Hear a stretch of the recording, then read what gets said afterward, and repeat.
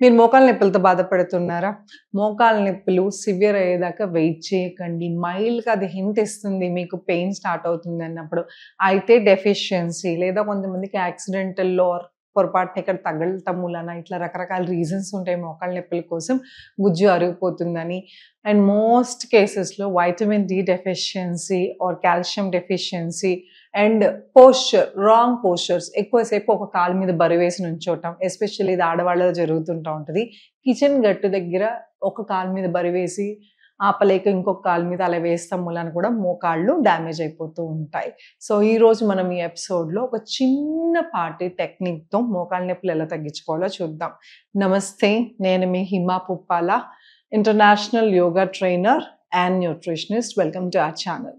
So ఈరోజు మీకు చాలా సింపుల్‌గా విపరీత కరిణి అంటాం. దాన్ని ఎలివేషన్ కూడా అంటాం.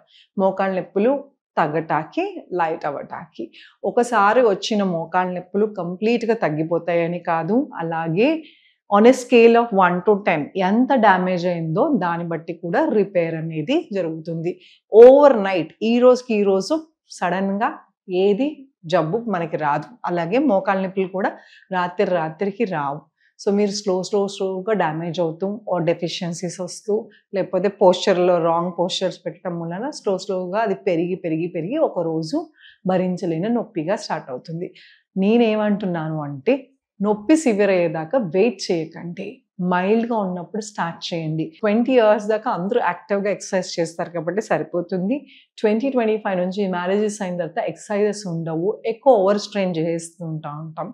అందుకోసమని 30స్‌లో ఆర్ 40స్‌లో నీ పెయిన్స్ ఎలాగో వస్తాయి కాబట్టి ముందు జాగ్రత్తగా నీ స్ట్రెంథెనింగ్ ఎక్సర్సైజెస్, మోకాలు గుజ్జు అరిగిపోకుండా, తినే ఆహారంలో కాల్షియం డెఫిషియన్సీ లేకుండా మంచి ప్రోటీన్ రిచ్ ఫుడ్ తింటూ, మంచినీళ్ళు ఎక్కువ తాగుతూ, చిన్నపాటి ఎక్సర్సైజెస్ మీకు అక్కడ ప్లేస్ లేదు, టైం లేదు అనుకోకుండా 10 నిమిషాలు 15 నిమిషాలు మాత్రమే రోజుకి ఈ ఎక్సర్సైజ్ చేయండి.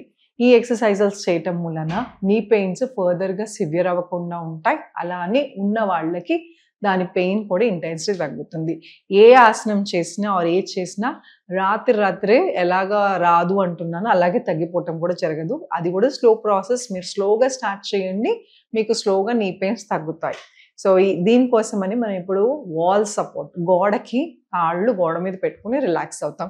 సో కింద కూర్చోలేము అనుకునే పెద్ద వయసు వాళ్ళు, 60-70 వాళ్ళు ఆర్ ఇంకేమైనా నీ ఇంజ్యూరీస్ ఉన్న వాళ్ళు ఏం చేయాలి అంటే మీరు బెడ్ మీద పడుకుని మీకు దగ్గరలో గోడ సపోర్ట్ కానీ విండో సపోర్ట్ కానీ తీసుకుని కాళ్ళు అలా పెట్టుకుని 10 నిమిషాలు చొప్పున ఇలా చేయటం వలన బ్లడ్ ఫ్లో అనేది రివర్స్ అవుతుంది.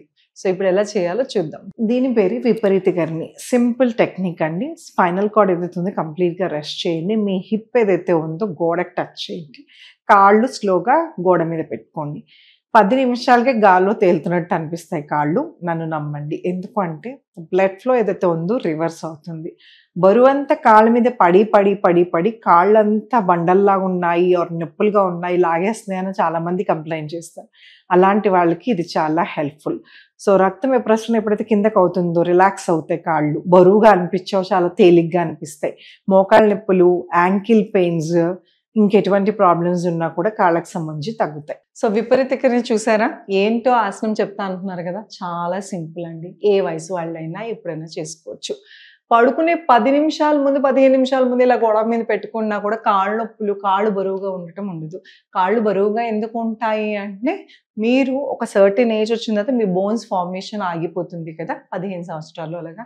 దాని తర్వాత నుంచి ఆర్ సర్టెన్ ఏజ్ నుంచి మీరు పెరుగుతున్న ఎక్స్ట్రా వెయిట్ అంతా మీ మోకాళ్ళ మీద, యాంకిల్స్ మీద పడతాయి. సో దాని తగ్గట్టుగా ఎక్సర్సైజ్ లేకపోవటం, టూ మచ్ స్ట్రెయిన్ అయిపోవటం, నింటారుగా నుంచోవటం లేదా పడుకుంటే ఇలాగా. కానీ కాళ్ళు రివర్స్లో పెట్టడం వలన బ్లడ్ ఫ్లో అనేది రివర్స్ అయ్యి లైట్ అవుతుంది. సో ఎక్కువసేపు నుంచునే వాళ్ళు కంపల్సరీ రోజుకో 10 నిమిషాలు 15 నిమిషాలు ఇలా చేయండి. దాంతోపాటు సింపుల్ ఎక్సర్సైజ్, మోకాలు ఇలా గట్టిగా టైటన్ చేసి బిగించండి, మోకాల్ని రిలీజ్. అలాగే టైటన్. ఇది ఎస్పెషల్లీ మోకాళ్ళలో గుజ్జు అరిగిపోయిన వాళ్ళకి ఆర్ సివియర్ పెయిన్ ఉన్న వాళ్ళకి. నేను ఇదివరకు కూడా చెప్పాను, మళ్ళీ చెప్తున్నాను.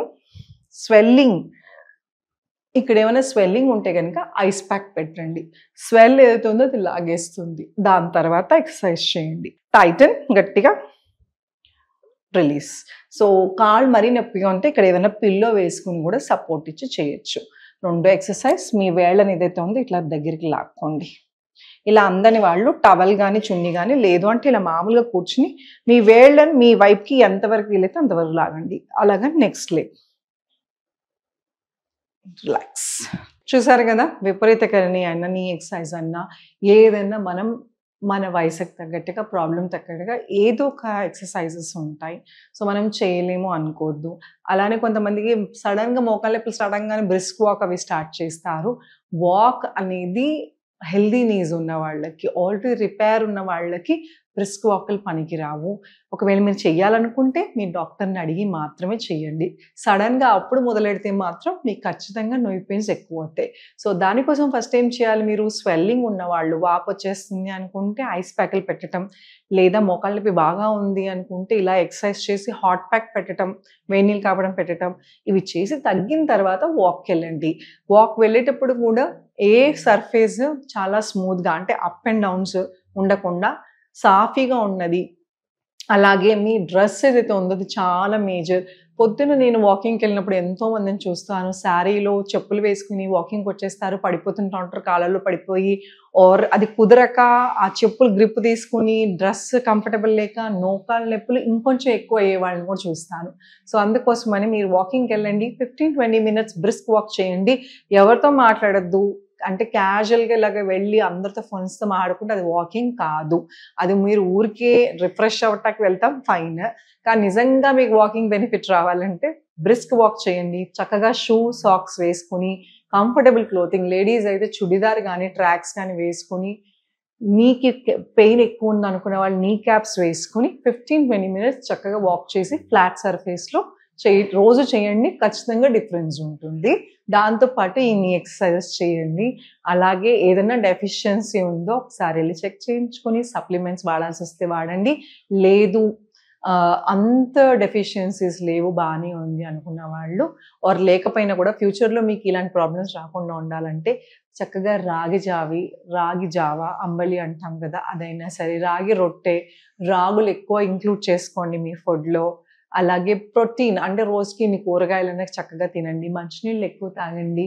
మీ బోన్ హెల్త్, మీ మసిల్స్, మీ నర్వ్స్ అన్ని స్ట్రెంథనింగ్ ఎక్సర్సైజెస్, అలానే హెల్దీగా ఉండటానికి ఏ ఆహారాలు తినాలో మీరు కొంచెం పాటు రీసెర్చ్ చేసుకుంటే నెట్లోనే అవైలబుల్గా ఉన్నాయి. లేదు అంటే మేము మీకు అవైలబుల్గా ఉన్నాం. సో ఎవరికైనా డౌట్స్ ఉన్నాయి అనుకుంటే, రెగ్యులర్ క్లాసెస్లో జాయిన్ అవుదాము అనుకున్న వాళ్ళు ఫ్రీ డెమో కూడా అవైలబుల్గా ఉంది. ఈ కింద స్టోర్ అవుతున్న నెంబర్ కాల్ చేసి మీరు మీ పేర్లను రిజిస్టర్ చేసుకోండి. యోగా అనేది అన్ని వయసుల వాళ్ళకి ఏ ప్రాబ్లం ఉన్నా కూడా, దేశంలో కాదు ప్రపంచంలో ఏ మూల ఉన్నా కూడా అందించాలంటే ఈ హిమాస్ యోగా ఉద్దేశం. Thank you so much.